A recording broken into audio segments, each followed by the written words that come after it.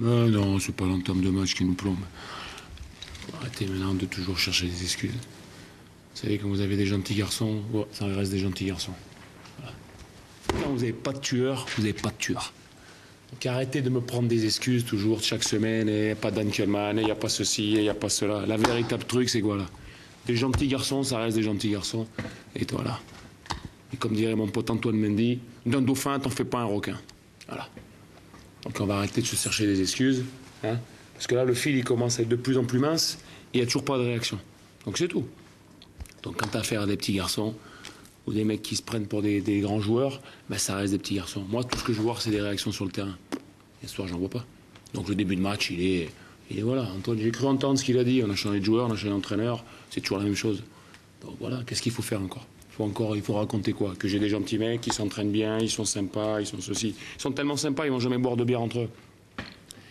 Il y a un joueur qui habite dans le même immeuble que moi, tous les jours il vient à pied. Il y a 4 coéquipiers qui habitent dans le même immeuble. Il n'y a personne qui le propose de l'amener. C'est ça une équipe? Voilà. Alors moi j'ai pas joué qu'avec des mecs qui me plaisaient dans mon équipe, dans ma carrière. Parce que moi la différence de ces joueurs-là, moi j'ai fait une carrière. Voilà. Moi j'ai fait une vraie carrière. Les mecs dans cette équipe, pour l'instant, ils n'ont rien fait. Alors pour ceux qui n'ont rien fait pour l'instant et pour ceux qui ont déjà de l'âge, ils n'ont rien fait. Voilà.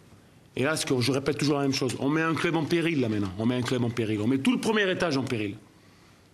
À force de se regarder le nombril et de penser le plus beau du monde. On a le temps d'être en vacances l'été, là. Copacabana ou mes couilles, là, prévoir toutes les vacances, là. On a le temps. Et nous, bons cons et coach, on va leur donner des jours de repos. Et ouais, ils s'entraînent dur. Ouais, on est fatigué, coach. Fatigué mon cul, ouais.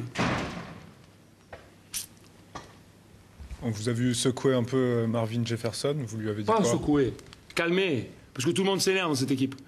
Tout le monde s'énerve. Tout le monde s'énerve. Comme si les mecs, ils avaient peur de quoi? Vous êtes dernier du championnat. Arrêtez d'avoir peur, jouez au basket. Marquez en gros, Darnozan, respecté, dangereux, Darnozan. Darnozan, il a joué en sifflant ce soir.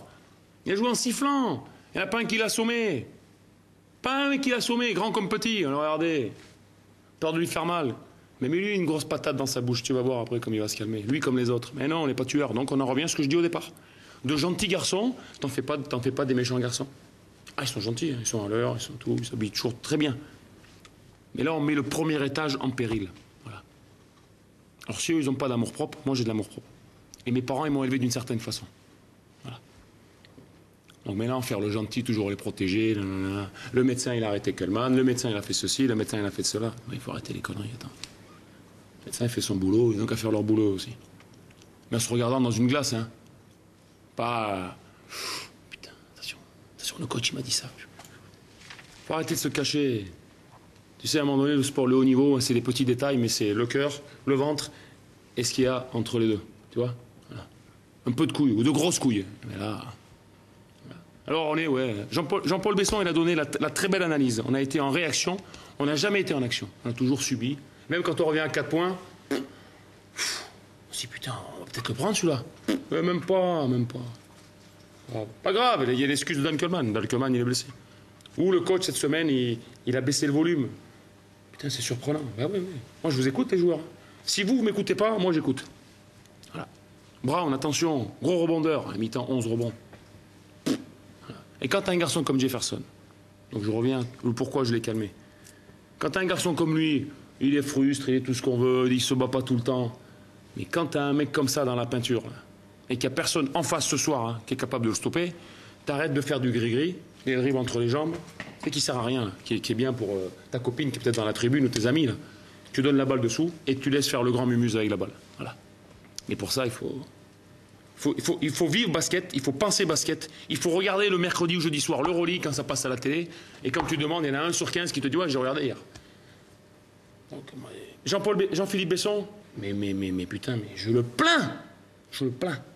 Parce que lui, il est resté plus longtemps que moi. Voilà. Mais c'est pas pour autant que mon discours est négatif. Hein. C'est qu'à un moment donné, c'est plus un petit alarme, là. Voilà. Là, médias, vous êtes contents, ça va être relayé, voilà, je vous l'ai dit. De dauphin, t'en fais pas des requins. Donc maintenant, vous l'analysez comme vous voulez. Voilà. Et si les mecs ne sont pas contents, ils savent où est mon burlingue. Il n'y a pas de souci. Voilà. Et s'il faut, on ira causer. Parce que je te dis, c'est pas pour moi. Hein. Moi, je leur ai redit à la mi-temps. Moi, j'ai gagné assez d'oseille grâce au basket pour, si je veux, plus rien faire de toute ma vie. Mais oh, on te paye à la fin du mois, non? Alors, je ne dis pas de le discours bête et méchant. Qui dit paiement, dit « Eh putain, mais tu joues qu'au basket. Fais-toi plaisir. Vis, vis. » Tu n'as pas vu cette salle, là? Tes derniers championnats, les gens, ils viennent, c'est pas plein. Hein. Putain, les gens, ils tournent. Mais putain, moi, je donne la chair de poule. Le mec, putain, surtout, pourvu qu'on me donne pas la balle. Hein. Mais et les couilles de dire aux dirigeants, messieurs, j'ai plus envie, je suis vidé, voilà. Je vous fais un solde de tout compte, je rentre chez moi. Eh oui. Eh non, c'est pas pareil. Hein.